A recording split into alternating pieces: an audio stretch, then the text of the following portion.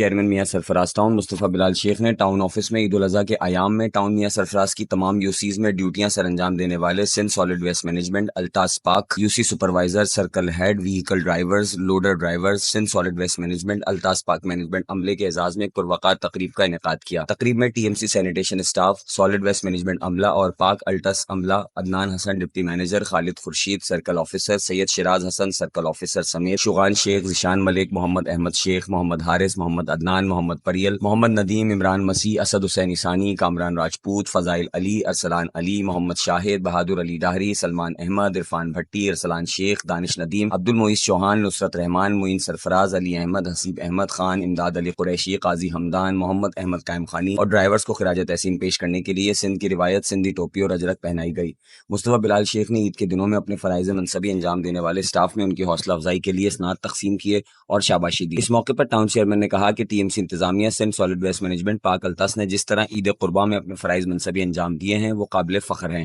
ان کی جتنی تعریف کی جائے کم ہے۔ صفائی ستھرائی کو بروقت یقینی بنانا اور علائشوں کو بروقت اٹھانا یہ اس بات کی دلیل ہے کہ ٹاؤن میاں سرفراز اپنے شہریوں کی خدمت میں صف اول میں ہے۔